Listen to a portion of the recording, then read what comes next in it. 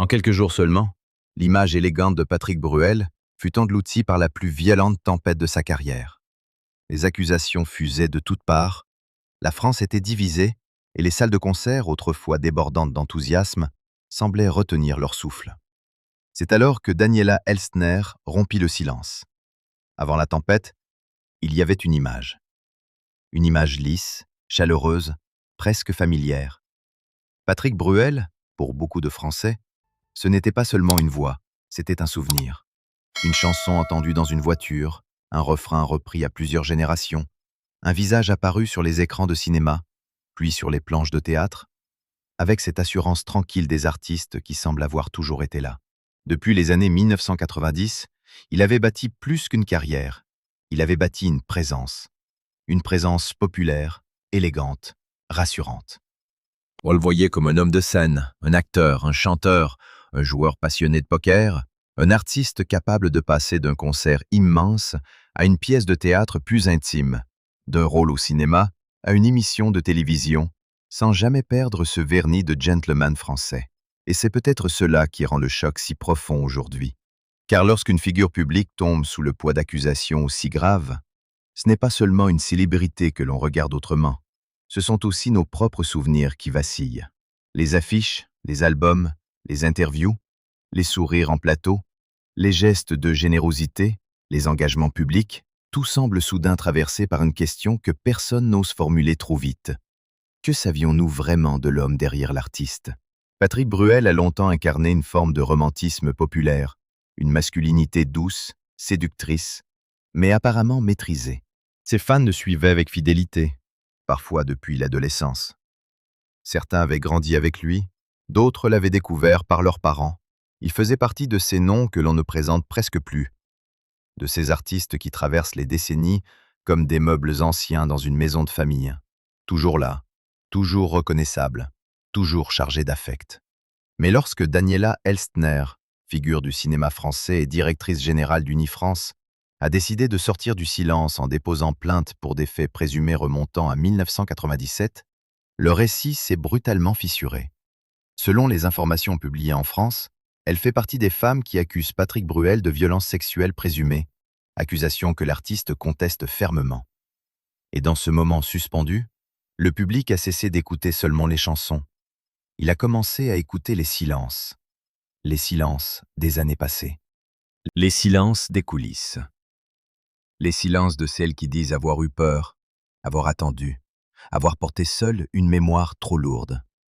Alors, l'image du gentleman, si longtemps polie par la lumière, s'est retrouvée exposée à une autre lumière, plus froide, plus crue. Celle des enquêtes, des témoignages, des prises de parole, des débats. Et dans cette lumière-là, rien ne brille de la même façon. Il y a des silences qui protègent. Et puis, il y a des silences qui enferment. Pendant des années, ce qui se serait passé loin des caméras, dans les marges du prestige, dans ces lieux où le cinéma et la célébrité se croisent sous des lumières dorées, est resté enfoui. Puis Daniela Elstner a parlé. Son nom n'est pas celui d'une inconnue cherchant une minute d'attention. C'est celui d'une femme installée au cœur de l'industrie culturelle, une professionnelle reconnue, une figure qui connaît les codes, les risques, les regards. Et c'est précisément pour cela que sa prise de parole a eu l'effet d'un coup de tonnerre. Car lorsqu'une femme de cette stature rompt le silence, elle ne déplace pas seulement une ligne médiatique. Elle oblige tout un milieu à se retourner vers ses propres zones d'ombre. Selon les éléments rapportés par la presse française, Daniela Elstner a déposé plainte en mars 2026 contre Patrick Bruel pour tentative de viol et agression sexuelle présumée, concernant des faits qu'elle situe en 1997, lors du festival du film français d'Acapulco. Patrick Bruel, lui, nie les accusations portées contre lui. Mais dans l'opinion, quelque chose était déjà en train de basculer. Ce n'était plus une rumeur isolée, plus un murmure perdu dans l'agitation numérique. C'était une parole posée, officielle, difficile à ignorer.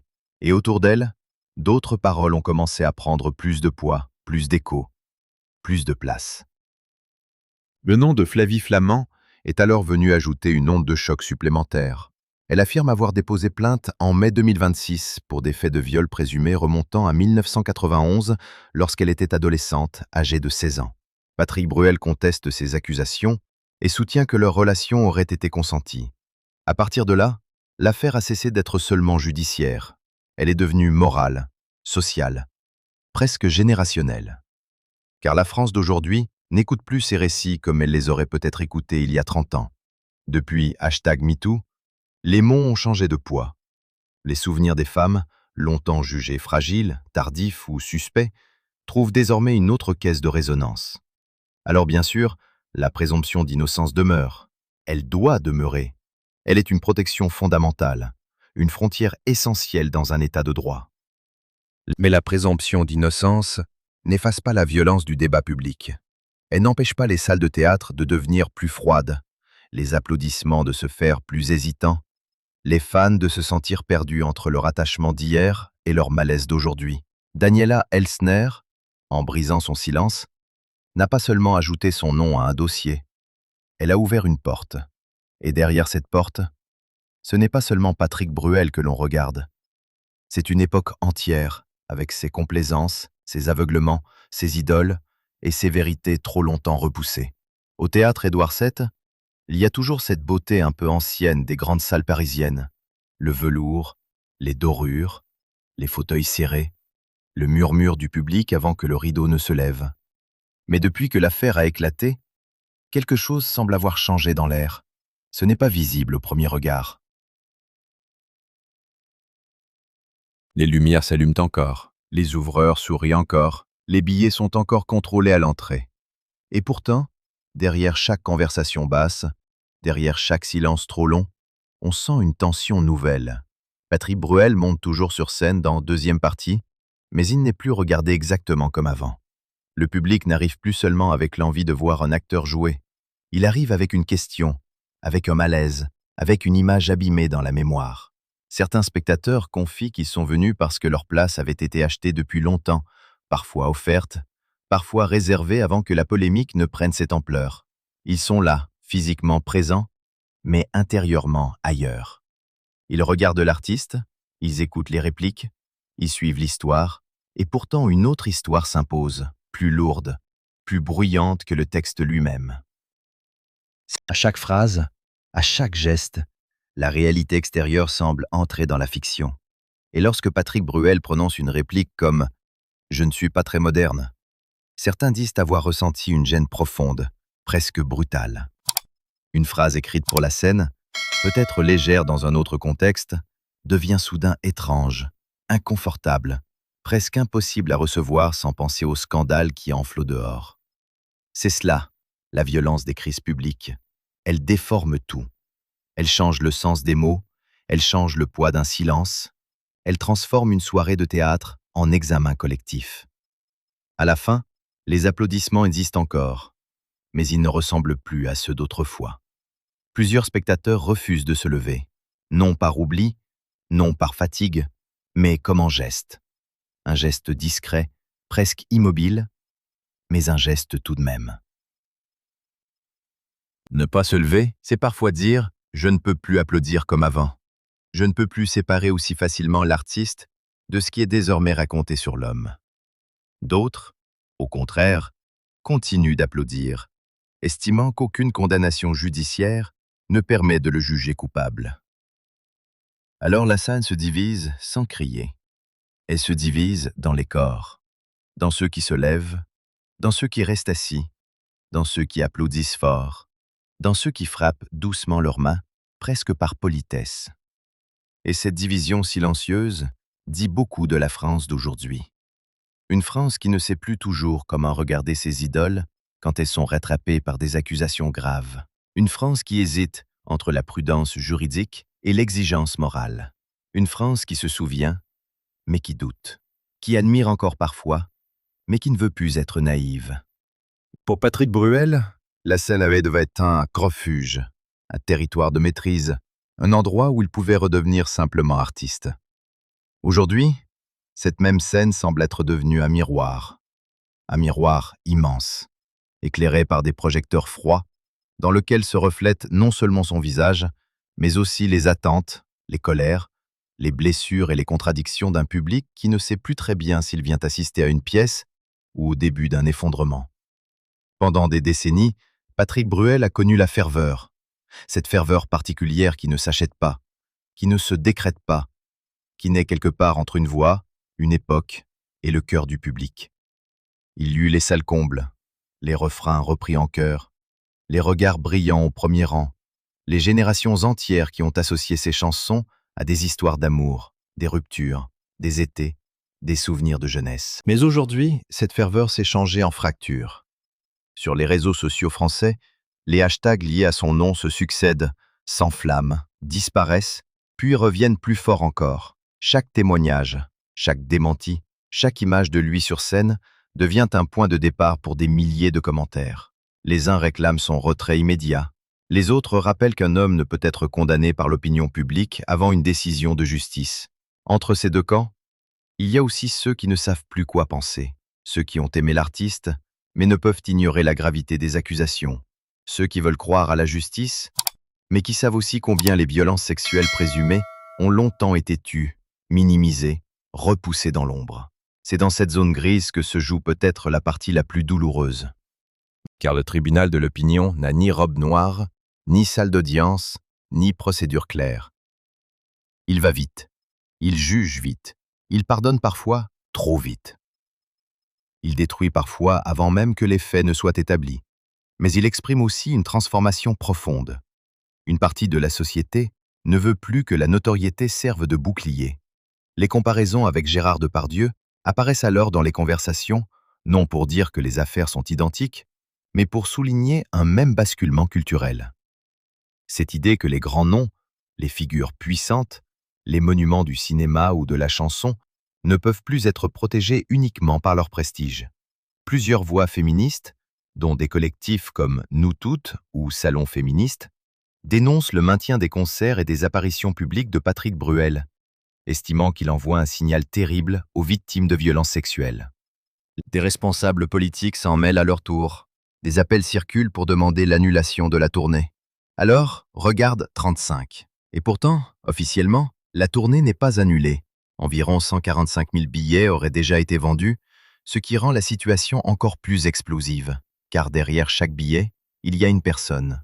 Une personne qui attendait peut-être une soirée de nostalgie, un retour à ses 20 ans, un moment suspendu autour de chansons connues par cœur. Et voilà que ce rendez-vous devient une prise de position malgré soi. Aller au concert, est-ce soutenir l'artiste? Ne pas y aller, est-ce le condamner? Demander un remboursement, est-ce un acte militant ou simplement une réaction de malaise? Rien n'est simple, rien n'est léger. Même les partenaires médiatiques semblent avancer avec prudence, réduisant discrètement, selon plusieurs échos, la place accordée à Patrick Bruel sur les plateaux et dans les programmes de divertissement. Personne ne veut être accusé de complaisance. Personne ne veut non plus se substituer à la justice. Alors chacun recule d'un pas, observe, calcule, attend. Et pendant ce temps, les fans de longue date vivent une forme de deuil intime. Certains disent se sentir trahis, non pas parce qu'un verdict aurait été rendu, mais parce que l'image qu'ils portaient en eux s'est brisée. Ils avaient cru connaître un homme élégant, tendre, respectueux, presque familier. Ils découvrent qu'une image publique, même aimée, même ancienne, même rassurante, reste une image. Et quand cette image se fissure, ce n'est pas seulement la star qui vacille, c'est une part de la mémoire collective qui perd son innocence. In the ancient land of Eldoria, where skies shimmered and forests whispered secrets to the wind, lived a dragon named Zephyros. Not the burn-it-all-down kind, but he was gentle, wise, with eyes like old stars. Even the birds fell silent when he passed. Selon les informations relayées en France, elle a déposé plainte en mai 2026, malgré l'expiration du délai de prescription, comme si la démarche ne visait pas seulement un procès, mais aussi une mise en lumière publique, une manière de dire « ce que je porte existe », même si le temps judiciaire ne peut plus toujours le saisir. Face à cela, Patrick Bruel nie catégoriquement. Il affirme n'avoir jamais utilisé de drogue, n'avoir jamais manipulé ni abusé d'aucune femme. Il soutient que la relation évoquée avec Flavie Flament était consentie et dépourvue de toute violence.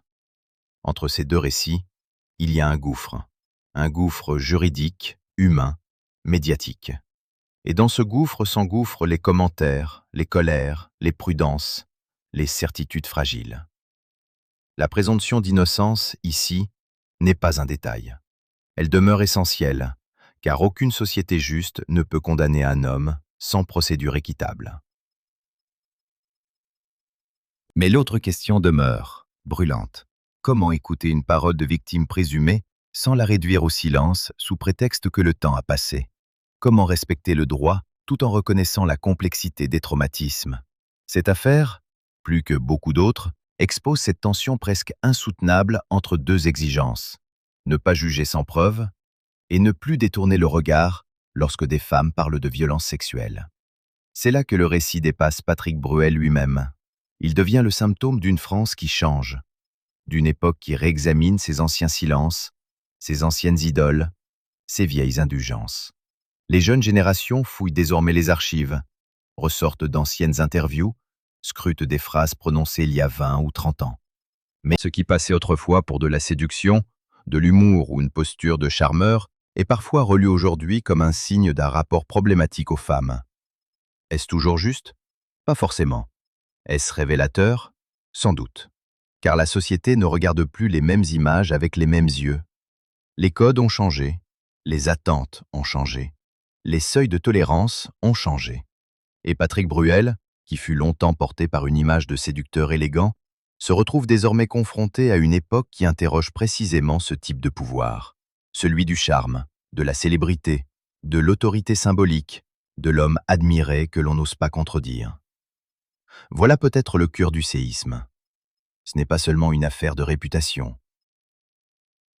C'est la fin d'une forme d'impunité sociale supposée, ou du moins la remise en cause d'un monde où la parole des puissants circulait plus vite, plus haut, plus facilement que celle des autres. Pour ses défenseurs, Patrick Bruel reste un homme non condamné, qui a droit à la dignité, au doute, à la justice.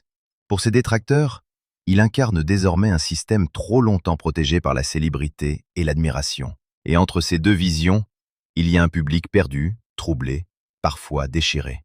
Un public qui se demande comment continuer à aimer une chanson lorsque le nom de celui qui la chante devient impossible à entendre sans malaise.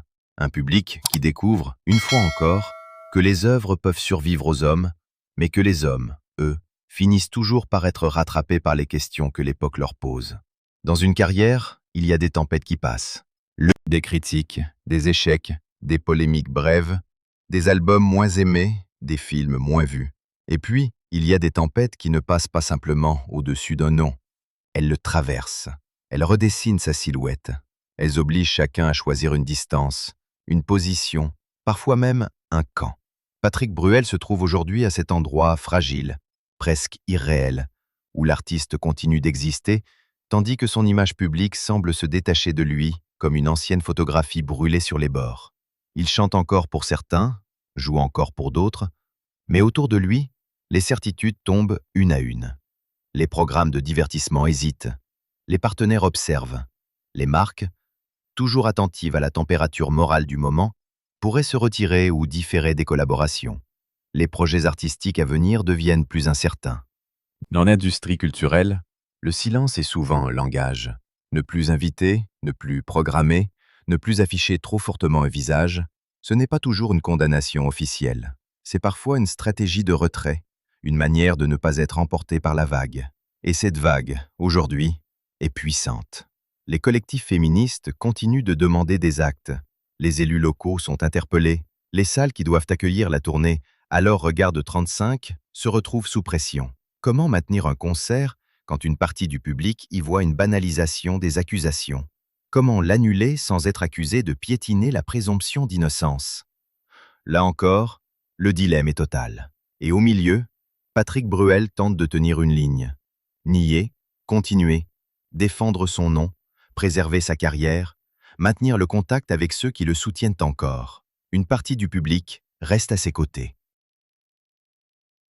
Elle rappelle qu'une accusation, même grave, n'est pas une condamnation. Elle refuse ce qu'elle perçoit comme une justice médiatique. Elle demande du temps, des preuves, une procédure, une décision. Pour ses admirateurs, abandonner Patrick Bruel maintenant reviendrait à trahir un principe fondamental. Mais pour d'autres, Continuer à l'applaudir est devenu impossible, non parce qu'ils prétendent connaître toute la vérité, mais parce que le malaise est trop fort. Le visage du chanteur ne renvoie plus seulement à des souvenirs heureux. Il renvoie désormais à des plaintes, à des témoignages, à une époque qui réclame des comptes. Alors que peut faire un artiste lorsque le lien de confiance avec une partie de son public est rompu?